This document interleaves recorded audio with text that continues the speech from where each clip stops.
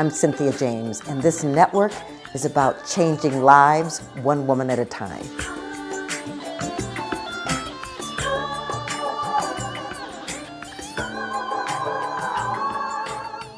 Hello and welcome to Women Awakening. I'm Cynthia James and I'm your host, and I get the honor of introducing you to fabulous women who have taken charge in their life. They're change makers and they want to make a difference on this planet, and they want to support women to stand in their power and own their precious nature. So I do these every week, and we're on Spotify, iTunes, iHeart, Spreaker, Amazon, and we have videos on YouTube. Just subscribe and come back every week and meet an incredible woman. And then if you want to know more about me, just go to cynthiajames.net, and there's lots of stuff there, including a sign up for my newsletter. So I want to introduce you to Sabine Gedeon. I hope I said that right. Gedeon. Gedeon, yeah. Okay. Well, I am so grateful that she's here. She is the founder of She Leads Network, and she knows a thing or two about taking big leaps, navigating major life changes, and looking within to find strength, wisdom, and courage necessary to persevere while in uncharted territory. She shares her knowledge and guides us to become an effective change agent and influencer in our own life and career. Sabine, thank you so much for being here. Oh, it is my honor, Cynthia. Thank you for having me. Well, first of all, I want to just talk about how you grew up. You know, a lot of people think that the women that come on this show just came in with, everything laid at their feet and they just stepped into their fullness. And most of us, that is not the case. So how did you grow up? Where did you grow up? Oh, the complete opposite. So I was actually born in Haiti. And for those who don't know where Haiti is, it's off the coast of Florida, shares the island with Dominican Republic, and as the media likes to share, the poorest country in the Western Hemisphere, right? And so, but it wasn't always that way. We're actually the first Black nation or African nation to gain our independence in 1804. So we started the game, if you will, for those who are enslaved to have freedom. However, that's not the reality now today. So, born in Haiti, migrated here at the age of 4 to the U.S. and grew up in Connecticut. And so, interestingly enough, growing up, I had siblings that were still back in Haiti, family that was still back in Haiti. There was a part of me that fully understood where I came from, right? Because obviously of the connection. But there was also a part of me that felt like, oh, I'm in this new country now. Even at a young age, I was like, I'm in this new country. There are these new opportunities, that the sky is the limit, even though that wasn't the life that I was clearly living. So growing up, the baby in the household at the time. So I became the first everything, right? First to go to college, first to step into a boardroom, first to work in corporate America, get my master's, all of the things. And in that time and in that process of becoming the first and striving and, trying to be all of the things that I felt that I needed to do, I can't even say I lost myself, because I didn't even know myself at that point. But I got to a place in my early 20s or mid 20s where it all just came to a head. So in addition to, growing up in a space where, we lacked money, there was sexual abuse, there was emotional abuse, there was all the abuses, all the trauma, right? Big T and little t. And so I got to a place at 25 where externally, people who saw me, who knew me, they were like, oh, okay, Sabine's got it going on, because I was always ambitious. But inside, oh my gosh, the darkness that I lived with on the inside. And it got to a place at 25 where I decided, okay, I'm done. Like I came, I saw, I did not conquer, and now I'm leaving. And so, I planned out my last day. I laugh at it now and I chuckle, and I know it's not a funny thing, but I'm such a planner that even in that type of situation, I planned out. And it wasn't until the day before I cleaned my apartment, I got my paperwork ready for when they found me, and I was ready. I was done. I decided to have a conversation with God. And up until then, I had never really, I grew up Catholic. And so there was some seeds there, but never really knew that I believed it for myself. But I was like, okay, I'm going to tell you anyways. And so I started to have this conversation, and it was really more of a shouting match around me sharing my dissatisfaction for the life that I had been given. And that this, shouting match turned into, of course, straight bawling, into this place of final surrender, where I said two things. You know what? I'd be willing to stay here if I knew two things. One, that you were real, and Mm. two, that I had a purpose. And in that moment, Cynthia, and I've shared the story many times, and I always feel like it's so hard to explain to people, but I literally felt the arms of God wrap himself around me. And I knew, it was an internal knowing, that he was responding, and that he was real, and that Mm. I had a purpose. So I Wow. fell asleep, bawled out that night, laid on the ground. I woke up the next day and I was just like, okay, we're going to start again. And I'm going to get to know who I am. And I'm going to get to know my purpose. And that was about 15 years ago. And I've been on that journey since. Well, what an incredible story. And I want you to know that I'm grateful that you're telling that story. I had a similar one. I was yelling at God saying, I didn't have a plan to leave, but I was definitely yelling. And I said, and if you're real, you better show me. And my phone rang. And so it was somebody that was there to support me. So I love that you're telling that, because here's the thing. Everybody gets to their divinity. Everybody gets to their spiritual connection in different ways. But I think it's important, because this is called Women Awakening, that when you awaken, that there's something that takes you into something beyond your physical state. Yeah. So I love that. And so what is your purpose? I am still trying to figure that out. I think at the time, just because of the way again, planner, right? I was like, okay, I'm going to figure out what it is, and then I'm going to start moving towards it. So at the time, work was big for me. So I was just like, okay, I'm going to find purpose in work. I also had joined a church at the time. So I was just like, okay, well, maybe they have the answers to my purpose, right? And so here I was trying to navigate, right? I knew I had this question. I knew there was a purpose. I didn't know what it was, but I kept looking for it in things, right? Or in the roles that I was playing, or the identities that I had taken on. And it wasn't until 2016, I had gone back to school, got my master's, got this job opportunity, and was given 6 weeks notice that I had to leave Connecticut to move down to Houston for my first rotation. Now, I had lived in Connecticut my entire life, or since coming to the US. Everything, I had a condo, like all of my family, all of my relationships, my identity was wrapped up in Connecticut, even though it's not necessarily a great place to want to be in. But nonetheless, not that Connecticut is bad. I just don't like winter. That's all. That's what I mean from that. So if you have audience listeners thinking, "Oh, why is she bad mouthing Connecticut?" It's not Connecticut. It's the Northeast and their Nor'easters. Oh, Um, yeah. but anyways, 6 weeks to literally uproot my entire life. And when I got this initial call, you go through okay, well, why me? Like, are you sure? Should I be doing this? And then I had like the religious individuals who I thought were like my family members. They were all against it. And it was just like all of this opposition. Don't do it. Don't do it. Don't do it. But I kept hearing in my heart and in my soul, in that still small voice, that I'm calling you to this. And actually the scripture, if that's what you want to call it, that came to me was, man looks at the external, but God looks at the heart. And Yeah. that is yes, and that is the confirmation that kept coming back to me. So, I was scared. I was literally scared. And I was just like, okay, God, I'm gonna step out and I'm gonna take this journey with you.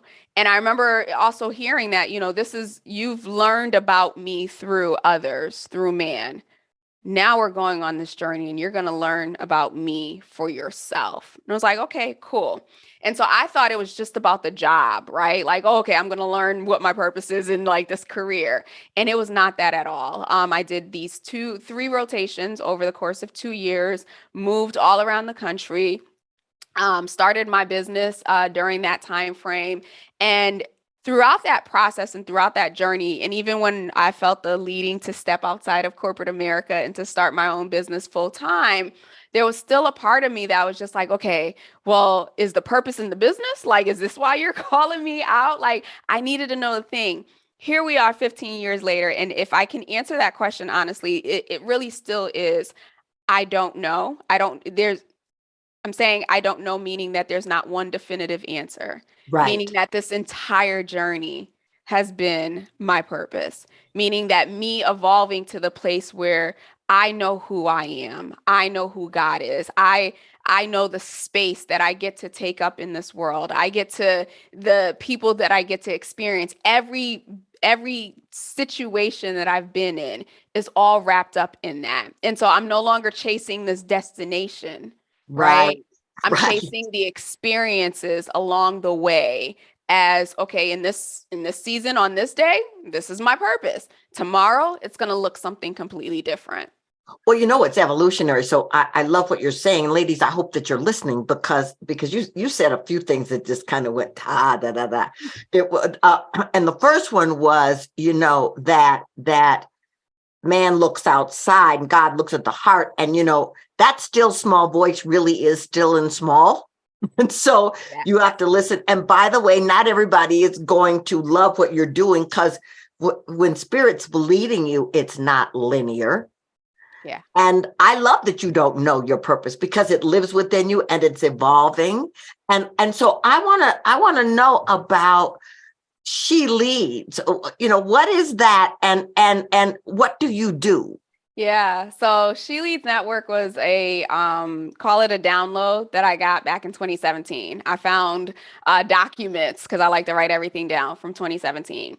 And it was meant to be this network or this community where women, ambitious women, could come together, feel supported, get the professional development that they wanted so that they could continue to advance, step into who they are and their identities.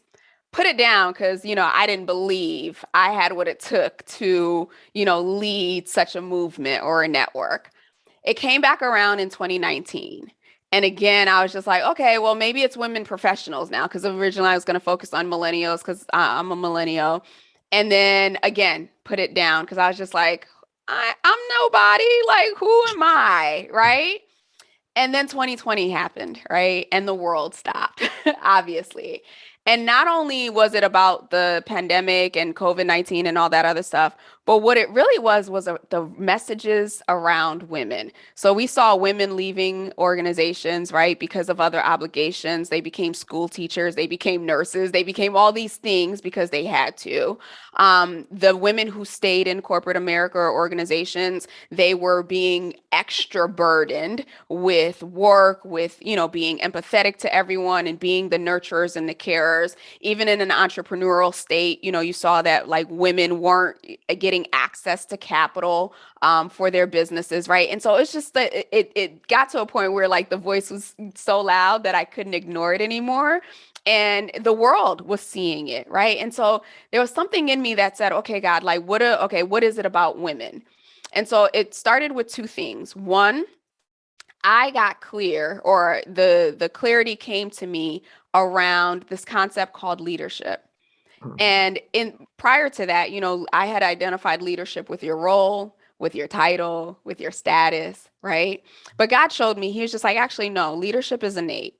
You all have the capacity. You all have a Mhm. sphere of influence. It is part of your identity to be a leader. You are Mhm. made in my image, right? You are created in my image. And so I started to internalize that truth that I am a leader.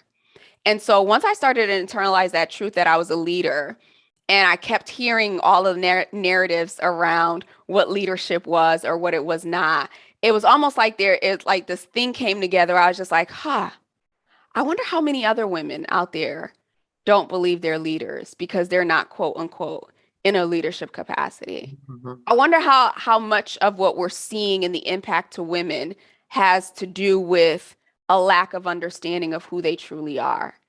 And so just asking those questions is where like things just started coming through.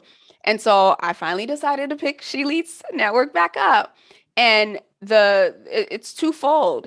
It's bringing women who either have awakened to the truth of who they are and their identity, the power that is within them. They may not know their purpose, they may not know what their sphere of influence is, but they have that desire to seek to know. This is the place where I'm creating for them to have that incubator, because I didn't have the incubator. I was out here with me and God. But I wanted to create the incubator, knowing what I know, knowing what I've gone through to help support them through that process. Or for the women who had maybe an inkling, right? But they weren't quite so sure. And they needed that, maybe not in this case, a still small voice, but they needed that reassurance that what you're feeling, what you're seeing, what you're thinking, what's happening inside of you, it's real. Even though your external environment shows completely different and the messages are different, that you are in fact a leader. And not only that you are a leader, you are a magnificent being. Like everything about you, there's no less than in this situation. And I don't operate from the standpoint of, men against women. It's no, they have their gifts and their talents. We have our gifts and our talents. And now the space that has been created in our society allows us both to operate. But if we don't believe that, then we're going to stay in a space where we are living less than who we should be and resenting, right, our counterparts versus Right, working collaboratively. So right. She Leads Network is meant to be, leadership development, mindset, or mental fitness. We focus on building your social capital and your personal branding. So it's more so holistic around how do I advance and excel in my personal and my professional life. Well, it's wonderful, and I love the vision, and I love that you stepped into it. But I want to know, here you are out here, and you're in the pandemic, which a lot of us got creative in pandemic because you didn't have a choice because you're sitting there. But this stuff was coming through you. You were just following the lead. What did you do with the energy or the fears or the doubts that came in around, can I pull this off and take care of myself? Yeah, lots of prayer. Lots of prayer and fasting. I share with people all the time that, no matter who you see on their mountaintops, right? There are valley moments. And even when they get to the mountain, guess what? For them to get to that next mountain, they're going to go down the valley. One of the biggest things that I learned in the process of leaving Connecticut and then leaving corporate America and then picking She Leads back up was this gift called courage, right? Up until I had these instances, I knew what, yeah, well, maybe I didn't know what courage was. Well, it's one of those things that's thrown around all the time, like, oh, courageous. And I always associate it with like heroes, like people who do like really, really bold things. And it wasn't until I was getting ready to leave corporate America and God wouldn't let me, put it away. I remember walking my dog one day and I was just like, you know what? It would be easier for me to step out and do this if I had, at the time, it was like if I had like a roster of clients. Hmm. A voice came back and was like, well, that wouldn't be faith, would it? I was like, oh. It's like, touche. You are absolutely right. That would not be faith. And so it was in that moment that I started praying and asking for courage. I didn't Oh, even know what I was asking for. I just knew that I was afraid. I didn't have the answers.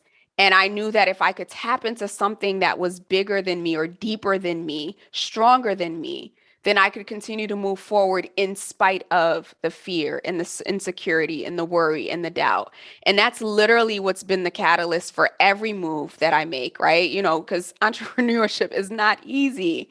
It's not for the not faint at of heart. It is not. It is not at all. And so even most days I am asking for courage. courage to hear those no's, right? When people don't want to sign up, courage to deal with clients, courage to just even show up and be visible. There was a time where I was just like, I just want to be behind the monitor and sharing my insight. I didn't want to be on camera. I Right. had to ask for courage to be able to do that. And so that's the thing that I've found. And it shows up in different ways and in different capacities to help me push past I think there is a quote out there that says, courage isn't the absence of fear, but it's the ability to move forward in spite of the fear. Right. Well, I, I I just love it. You're inspirational, and I just want to tell you, I want to speak to that for a moment because the way I found you was um, a service contacted me, which means that you invested in yourself. And entrepreneurs, a lot of times people don't understand the power of investing in yourselves in areas that are going to take you to another level. So, how did you learn that? Because I know you're out here and you're trying to make things happen and stuff. And it's like, oh, now I got to invest. What prompted you into that arena so that you knew the importance of that? Yeah. So when I was getting ready to leave corporate America and go into entrepreneurship, like I had been reading, I had been downloading all the freebies and doing all of that stuff, right? It just got to a place where it was overwhelming. And I think I just sat there. I wanted to be a coach, right? And I was like, Sabine, you want to be a coach, but you've never actually experienced coaching. I was like, okay, got it. Once I started looking at what are all of the pieces that are involved, I was just like, I don't know most of this. And so I invested in the coach the first time. And the reason being is because I knew that I didn't know what I didn't know. And even in corporate America, right? Like there's someone, there's a buddy, there's a mentor, there's someone that I always kept to help me advance. Why would I not do that? Coming into entrepreneurship on my own. And so investing in the coach to help me gain clarity, like having that experience was just like, oh, it's like light bulbs went off. And from that moment on, it was okay, now you want to learn sales and you want to learn all these other pieces. Because I made the mistake of, okay, well, I'm just going to figure this out on my own. Right. And then I learned that whole concept of like your time value return. And I was Mhm. just like, oh, if I'm trying to charge this, and that's what my time is worth. What am I doing? What am I doing? So, and even in that, those were lessons that I learned through coaches. So for me today, I know that if there's something that I want to do, especially in my business, that either I can spend the time to learn it and to fumble through it till I get to mastery, or just like I did in any other area of my life, I look at who's doing what it is that I want to do or who has the resource that I want. Because if there's a desire in me to do something, that also means that there is a resource out there that can help me move along. And so moving away from that scarcity and lack of I don't have it and da da da da, it's like it wouldn't even come into my awareness if the answer or the solution or the person or whoever. And so now my thing is really just if I want to do something, like I wanted to expand my visibility and share my story, who in my, aura or whatever has that capacity to help support me in that. And that's why I invested in the service. I love it. And and you know, I was very similar to you. I invested in a leadership program because I didn't know what I didn't know, and it was a life-changing moment. How do people find you? Yes, thank you for asking. So you can connect with me on my website, SabineGedeon.com. Also hang out on LinkedIn. That is my hangout spot. So connect with me. The handle is Sabine Gedeon, all one word. And if you want to email me because you have questions, Sabine@SabineGedeon.com. Beautiful. Well, I asked the same last question of all my guests. This show is called Women Awakening. What do you think is the one thing, the most important thing about women awakening on the planet at this moment? Just one? Okay. I think it goes back to the thing that awoke me, right? Is that we all have a purpose that is greater. We're not just here to, live, work, have some babies, like take care. That's not what life is. Like we are created in the image of, the Alpha and the Omega, and we have all of the creative power in the universe within us. And so the awakening or the biggest truth for me has been just recognizing that, understanding that, receiving that, daring to let go of all of the other narratives that we have been fed throughout our entire lives. That is beautiful. Well, Sabine, I am really happy to know you. I love your energy and your enthusiasm and your wisdom. And I love that you've created a space for women to come in and explore their own power and greatness. Thank you so much for being here. Thank you, Cynthia. It's been an honor. Thank you. So, ladies, I'm going to say the same thing I say to you every week, and I always say it a little differently, but it's always the same message. This is your moment. This is your time. You are here for a divine purpose. You are here because your energy, your wisdom, your gifts, your talents are necessary. You are here to shine. So whatever is happening in your life, wherever you've been, whatever is going on, put your attention on allowing your brilliance and your light to come forward. Everything else will fall into place. I am so grateful to do this with you every week. I love you, and I will see you next week.